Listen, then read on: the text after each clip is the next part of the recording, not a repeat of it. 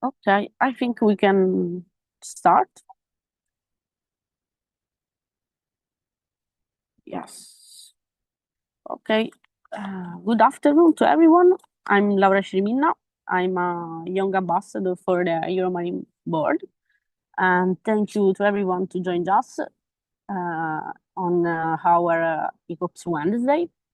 ECOP Wednesday are a series of webinars organized by the European Marine Board to consent to young researchers to share their work and to have a discussion about this topic with other early marine researchers. The Marine Board is a leading European think tank in marine science policy, and it provides a platform to advance marine research and to bridge the gap between science and policy. Among all the activities that the Marine Board run, there is the ECOPS network. So today we have Luis as a presenter, a speaker, and there are some housekeeping rules for all you guys that are attending with us. So if you have some questions, please take the speak, and please be respectful and use appropriate language when you speak. And we can move on with the slide, Paula.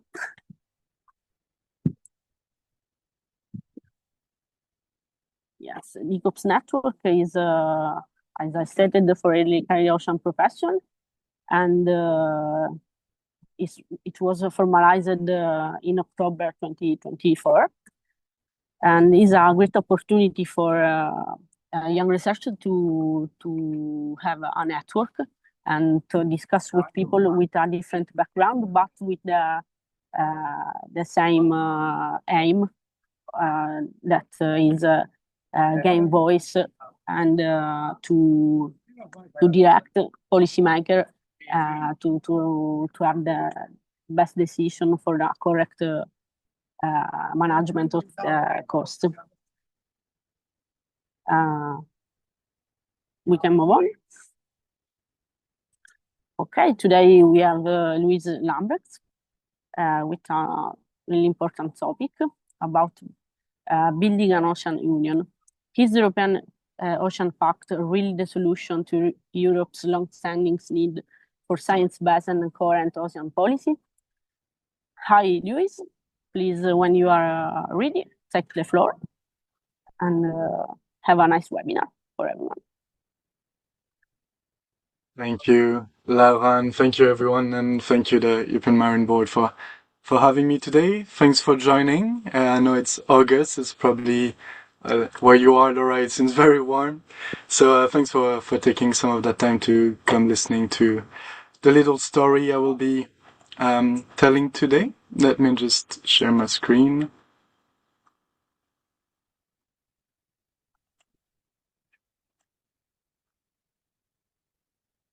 And can you see it okay? Yes, it's okay. Wonderful. Perfect. So my name is Luis Lambrechts. I'm a project manager at the Océan Azul Foundation based here in Lisbon. And as you said, today we'll be looking into how to build an ocean union and whether the European Ocean Pact is the solution to the long-standing need in Europe for more science-based and coherent ocean policies. So as you might understand, I come maybe more from the policy side and the science side when it comes to bridging things, but hopefully we can have a good chat on this later on together. Very quickly, just a few words about the Océan Azul Foundation. So it's not a very old foundation. We were established about 8 years ago, and we work on ocean conservation around, let's say, 3 key focus areas. First one is ocean conservation in itself. We're trying to establish or working to establish marine protected areas. To help with this, we also conduct scientific expeditions and exploration. And then area that I'm from is the ocean advocacy, where we work with governments from across the globe, but also institutions like European institutions, to try and push forward an ambitious ocean action agenda. So I wanted to start by saying that the European Union, for very legitimate reasons, was established as a union of coal and steel first. But I think if I was hanging around with Jean Monnet and Schuman back then, I would have advocated that it would also be a union around water, a sort of ocean union. And the reason for that is, and I think everyone here is very much aware of this, but I think it's important to reiterate, is that Europe is inherently maritime. Geographically, we're essentially the peninsula of the Eurasian continent. Even say we're a peninsula of peninsulas. That's why we might have a third of the landmass of the African continent, but we have twice as much coastline. And that has definitely shaped our history and our economic activities up to this day. And I think it's not a coincidence that, for instance, 40% of internal European trade is conducted by sea, because it just makes sense. It's shorter routes. We have now the largest coastal tourism industry, itself the largest EU blue economy sector, one of the biggest merchant fleets with state-of-the-art shipbuilding facilities and so on. We saw Trump being very fond of the Finnish icebreakers recently, so whatever that says, I guess that's something. We're the second largest market in fishery and aquaculture products in terms of trade, third in consumption. About half of us live in coastal area, and we have a fairly thriving offshore renewable energy industry, which is one of the fastest growing sector in the EU economy. Of course, with this comes a very complex and rich regulatory landscape. I think the same way our coastline is very long, I'm pretty sure that if we were to put all our marine policies back to back, we'd probably break a record also in terms of length, and not just because it has to be translated in 24 languages. Here on the right of the screen, you can see at the time of its presentation, all the policies that were linked to the aquatic dimension, let's say, of the EU biodiversity strategy. And as you can see, there's quite a handful to work with. Sorry. Now, unfortunately, when it comes to ocean governance, I think the EU's approach is still very much piecemeal. So we don't really have an overarching framework to sort of link all these together. That creates some frictions at times. We see, for instance, that the Maritime Spatial Planning Directive does not refer directly to the Maritime Strategy Framework Directive, although the good environmental status that is sought by the MSFD is sort of the underlying layer for the MSPD to operate. If you work on certain sectoral policies, like fisheries, maybe you've stumbled across issues around Article 11, for instance, which is about establishing protected areas beyond 12 nautical miles, and there was a fairly complex process to go through, which is, of course, unfortunate. And you see this happening in other situations. You see misalignment between the Common Agricultural Policy, for instance, and the Water Framework Directive. Also just the fact that the agricultural policy doesn't refer back to the marine environment. And so the way we like to put it is that we're a bit of an ocean union without an ocean policy. Because of this observation, many started believing that it was time for such an ocean policy to sort of emerge. Océan Azul, together with Europe Jacques Delors, we had published, before the EU elections, a manifesto calling precisely for this, for an Ocean Pact that would sort of be that unified reference framework for all ocean-related EU policies. That's not a novel idea, nor not strictly ours. You had other great initiatives by Blue Marine NGOs in Brussels, with the second version of the Blue Manifesto, calling for the same things. And I think I remember some during some rare sunny days in Brussels in some park, dreaming 3-4 years ago about such a document to emerge. Our manifesto was co-written with a group of high-level stakeholders, policy experts, former commissioners, former ministers, and presented a comprehensive European agenda for the ocean along 5 themes. First was prioritizing a sustainable blue economy by promoting innovative, sustainable, carbon-neutral blue economy sectors, but also tapping into the economic potential of developing but existing sustainable ocean industries, protecting and restoring our ocean and waters, for instance, by adopting an EU roadmap for the 30 by 30 protection target, restoring our blue carbon ecosystems, ratcheting up ocean climate NDCs under the Paris Agreement for EU countries, or more specific issues like banning or at least adopting a moratorium on deep sea mining, and halting harmful fisheries like krill or mesopelagic fishing. Zero pollution was about cleaning European ocean and waters, by reducing marine litter and having a source to sea approach, so tackling land-based sources as well. Then, of course, building knowledge and citizen awareness by developing blue education programs and enlarging European blue school networks. That's something the foundation does here in Portugal. We're really pushing for the ocean to be an official component of young Portuguese students' education. And then improving ocean governance. That can be by having a dedicated ocean commissioner, having a maritime group of commissioners that doesn't exist, turning the fisheries committee in the parliament into a maritime committee, creating an ocean fund, or creating a Friends of the Ocean group in the European Council, for instance. That idea, we're very happy, became essentially an announcement through the political guidelines that President van der Leyen presented in July. And that announcement became a commitment in the mission letter to the Commissioner Kostas Kadis, so the Commissioner for Fisheries and Oceans. And finally, that commitment eventually turned into reality.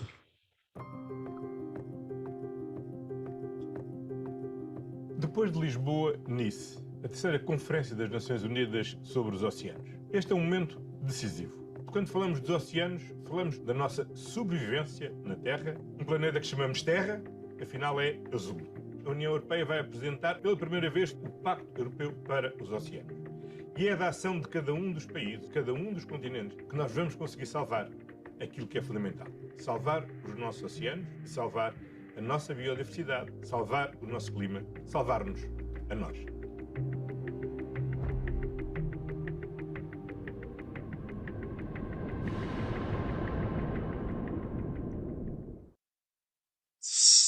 So, as the President of the European Council, Antonio Costa, kindly shared with us, the European Ocean Pact was eventually adopted in June and presented during the Third European Ocean Conferences in a high-level event that we're very happy to be partnering on, and it was heavily discussed throughout the week. Maybe some of you had the chance to be there if you managed to navigate the logistical nightmares around this summit.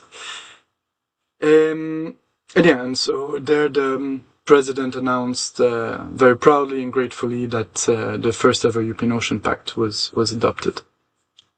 Now, is it what we hoped it would be? Yes and no, but I'd say it's what we expected it would be.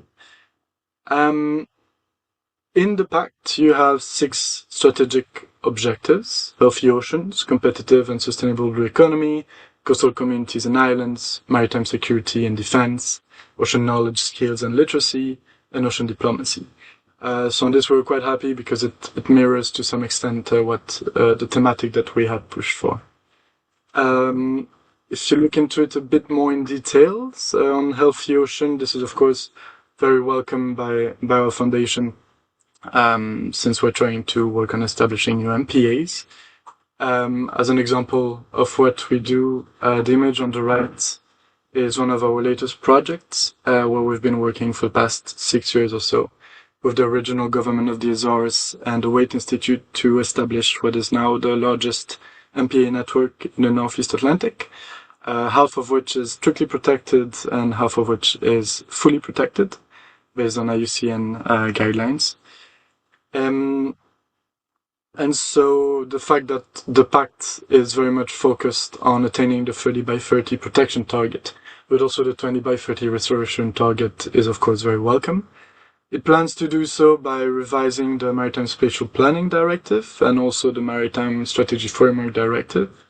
It wants to push management plans for all MPAs, and a recent report by WBF was showing that in European seas only 2% are currently covered by of EU seas are currently covered by MPAs with management plans, so there's a long way to go, and efforts to tackle pollution, including land-based, through the water resilience strategy. On the blue economy, it focuses on competitiveness and accelerating the transition to sustainability and decarbonization. Essentially brings forward a lot of new or not so new sectoral strategies that are listed on the screen. I also want to upscale regenerative aquaculture, energy production, as well as evaluate and possibly revise the common fisheries policy. I think that's excellent, but of course then if Europe is a bit of a peninsula of peninsulas, I think the pact in that sense looks a bit like a strategy of strategies, so it's really a matter of what will eventually emerge from all this sectoral strategy that will define the ultimate impact of the pact. There's also a dedicated part on coastal communities and islands. Here we have more strategies. Again, it's a shorter dimension of the pact, but it focuses on a new coastal communities development and resilience strategy to foster local economic development, and a new island strategy, as well as an updated strategy for the outermost regions. On maritime security and defense, it mostly reiterates recent strategies and action plans already in place. But I think it's an interesting addition. And although I do believe that the pact could have gone further in really integrating the geopolitical dimension of the ocean, it's still good to bring security and defense into this discussion. I think we're sadly all too aware of the current circumstances and the important role of ocean in that matter, particularly for Europe. Still, it's interesting to see how many decision makers still fail to acknowledge this. And when you bring the ocean to the negotiation table, it's directly put into the box of environmental issues, which it is, of course, but it tends to ignore a bit that the ocean is also essential from a maritime security and defense and also geopolitical, geostrategic dimension.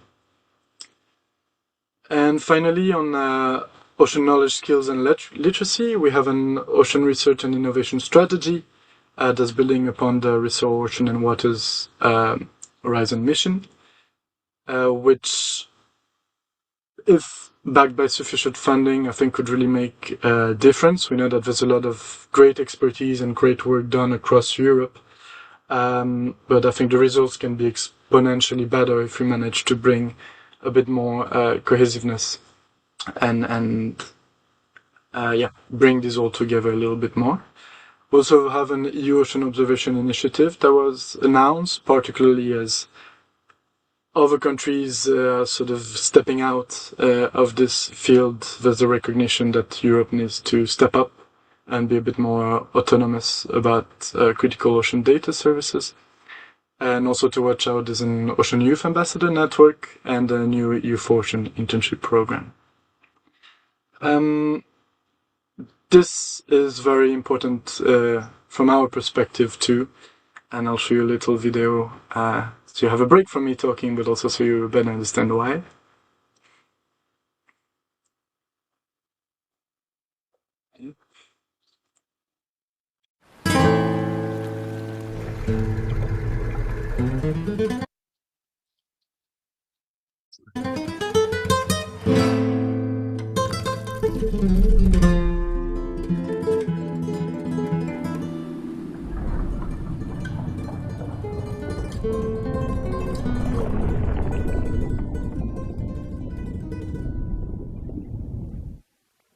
Ok, Maria, bem recebido. Mergulhadores desceram agora às 15h05.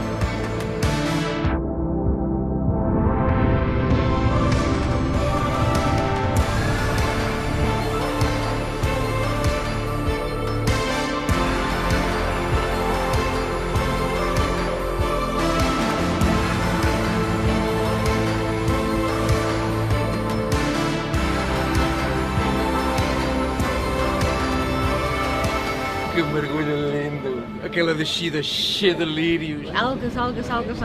Azul. Lírios.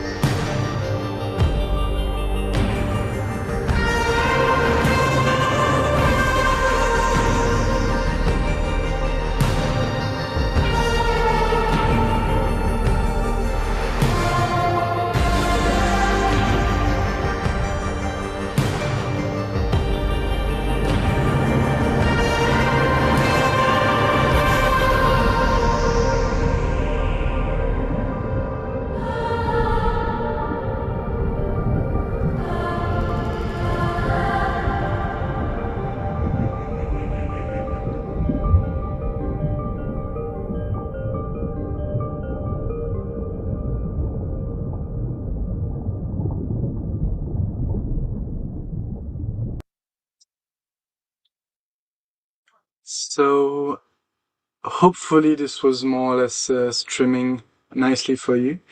This is a video we did about our latest scientific expedition at the Gorinj Seamount. It's a seamount in the Atlantic Ocean about 200 kilometers southwest of mainland Portugal, which we went to collect a few data that was missing to hopefully establish it as a marine protected area. And we're very happy that Portugal, in Nice for the third UN Ocean Conference, announced that they will indeed designate this amount of extreme ecological value as a marine protected area. What I also wanted to do is, of course, bring a bit of ocean into the discussion, because I think sometimes talking about policy all the time is good to also relate back to what we're actually talking about. And it was also a good way to show all the fancy, expensive equipment that this kind of exploration and data collection missions require. And that's to make the point that while the initiatives proposed by the Ocean Pact on ocean exploration and research are very much welcome, they might fall a little flat if they're not backed by massive funding. We're investing a lot of money into space. I think if we could even, get a third of this into ocean exploration, which is vastly unknown, as you know, that would be wonderful. There was already a commitment by President von der Leyen of about of 1 billion going into ocean and about a third of this going into research. But still, unfortunately, that's I believe a bit short. The last dimension of the European Ocean Pact is another one that's very important for the foundation, and for me more specifically is international ocean governance. Ocean Azul is an active observer at the International Seabed Authority, working on deep sea mining. We've long worked for the adoption of the BBNJ Treaty. We've worked closely with the Portuguese government to organize UNOC 2, and even more closely with the French government to organize the Third European Ocean Conference this year in June. And so it was good to see that the pact was sort of reiterating the vision that Europe has and had put down already in its communication on international ocean governance, that it really wants to be at the forefront of the global ocean action agenda.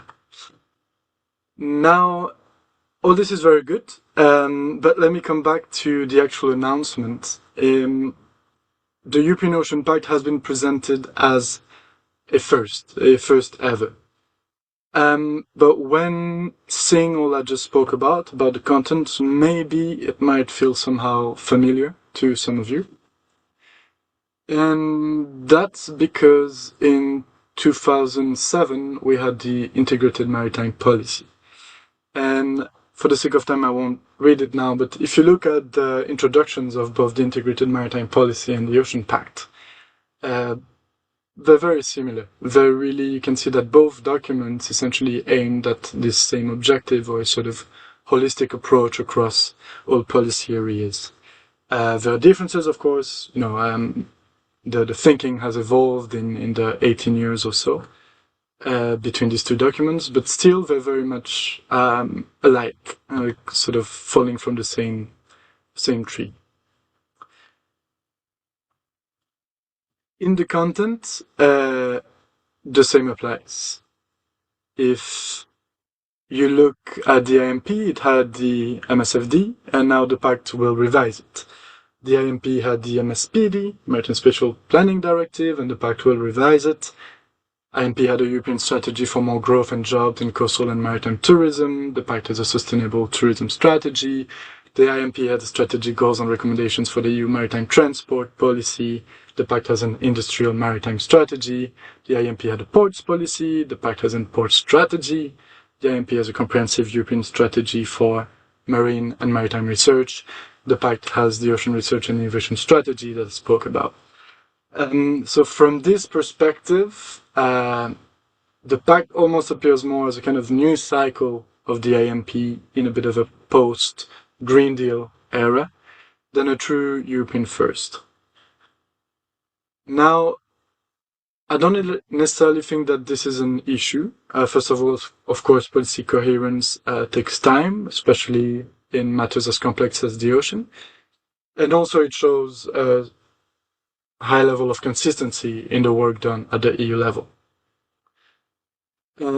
Still, the IMP brought about a lot of important progress, and that must be recognized, but it's also fair to say that it did not really deliver on its ultimate goal to integrate EU ocean policies.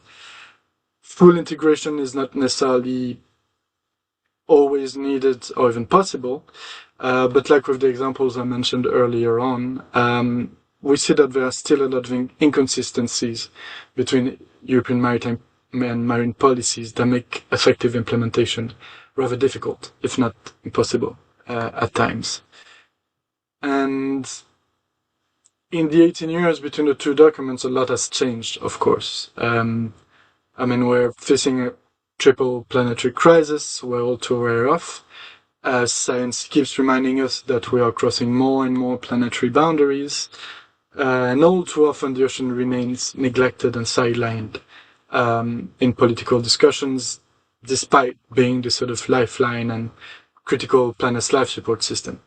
So, put simply, we have to do a lot more and faster, so we don't really have the opportunity, I think, or we can't really afford to have a third cycle of EU marine policy integration. So the Pact is really our chance, I'd say. So it's hard to know if there's a guarantee that the Pact will deliver where maybe the IMP did not fully deliver, but I'm quite optimistic by default, because I think we all sort of have to in these days of time. I think the world has changed a lot, and and also when it comes to the ocean. I like to say that more has been achieved in the past 3 or 4 years than in the past 30 years when it comes to the international ocean agenda.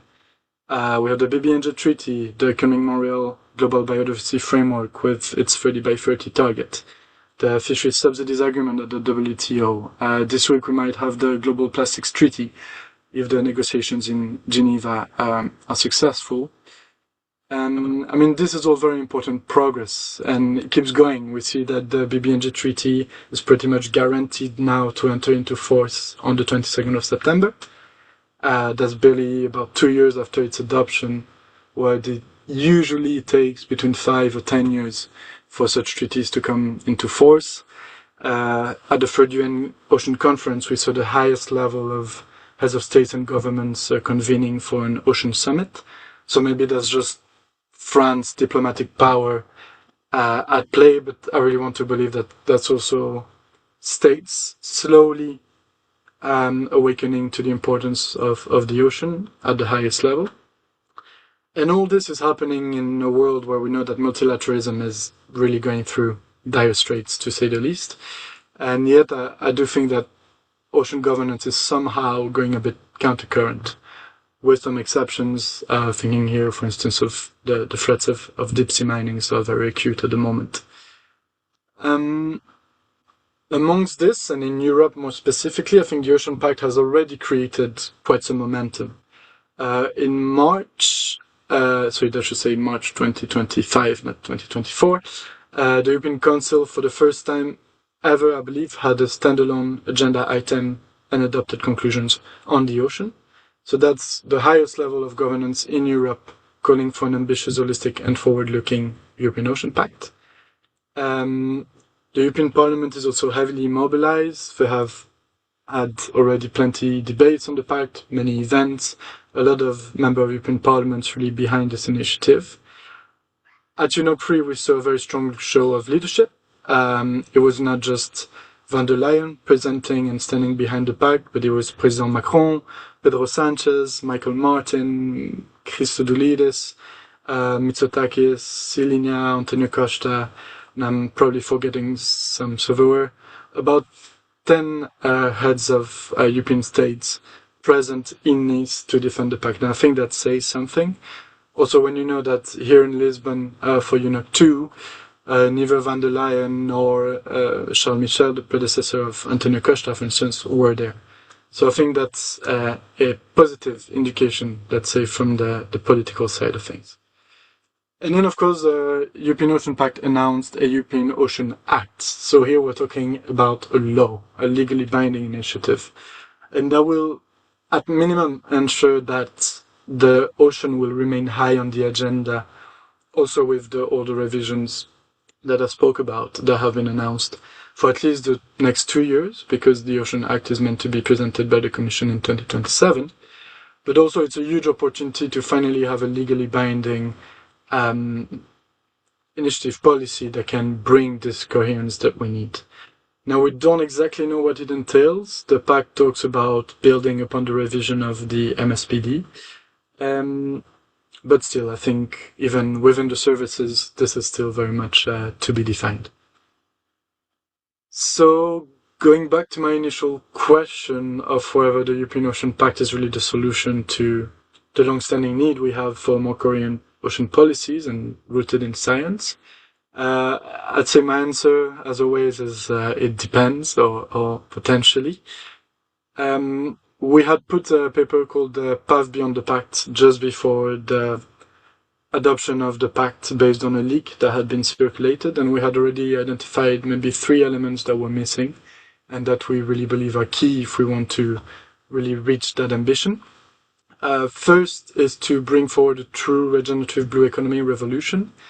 So, as I said, we see a lot of strategies, but they're all sectoral, and we're still missing sort of the layer on top that makes sure that they all are guided by the same principles, the same objectives, and of course these objectives will need to be science-based. Secondly, it's the idea of Neptune before Mars, so that's the whole idea of investing more in ocean research, maybe before going to space. And like I said, this also means funding-wise, so really driving financial flows and also subsidies in the right direction.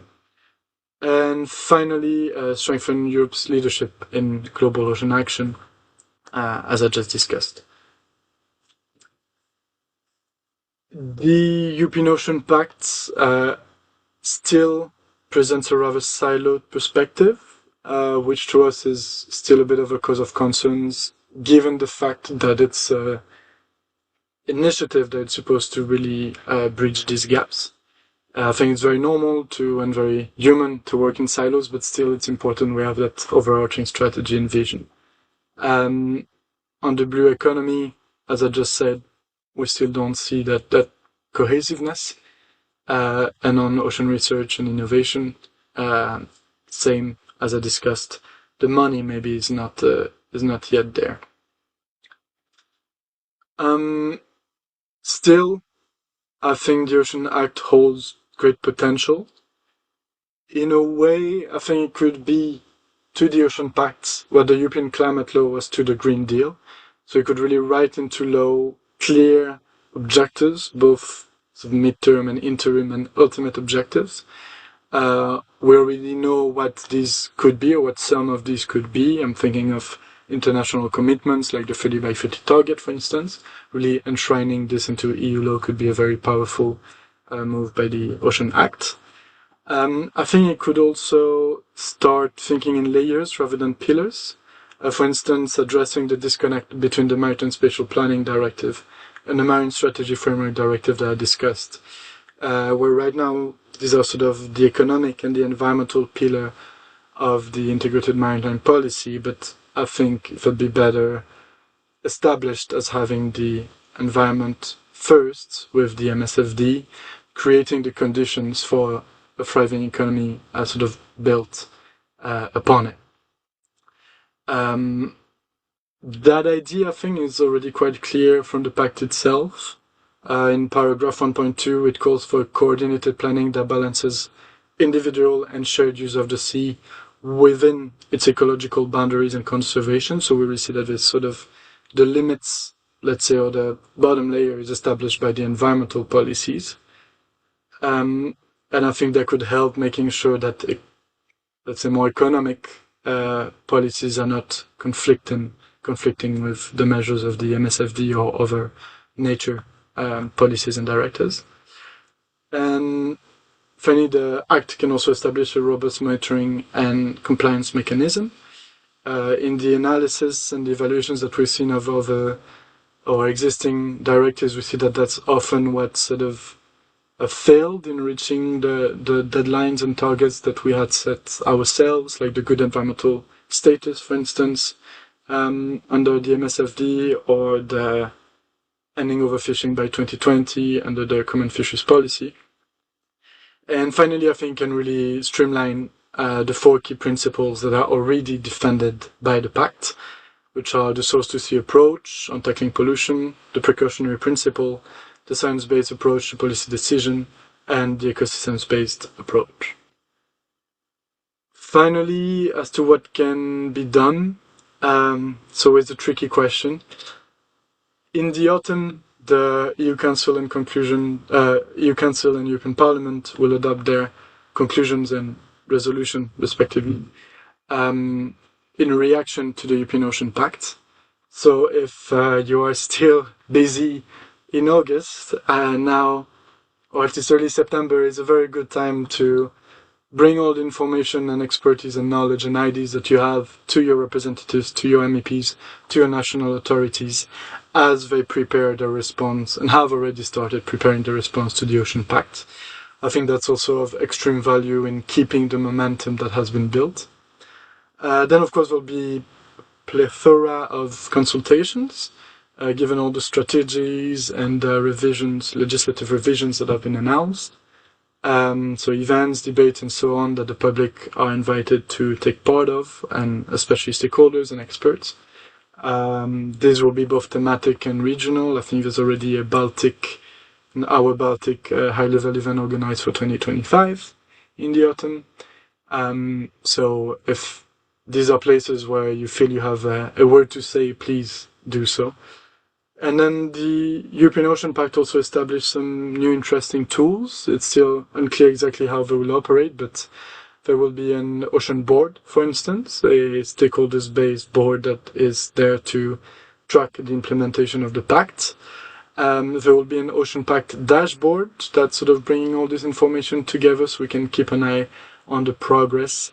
And it will feed a regular, I don't know how regular, hopefully very regular, state of the ocean reports, so that we can really keep that scrutiny on what is being done and whether all the announcements in the pact are being achieved, but also whether that sort of machine that the pact has put in motion continues to work smoothly.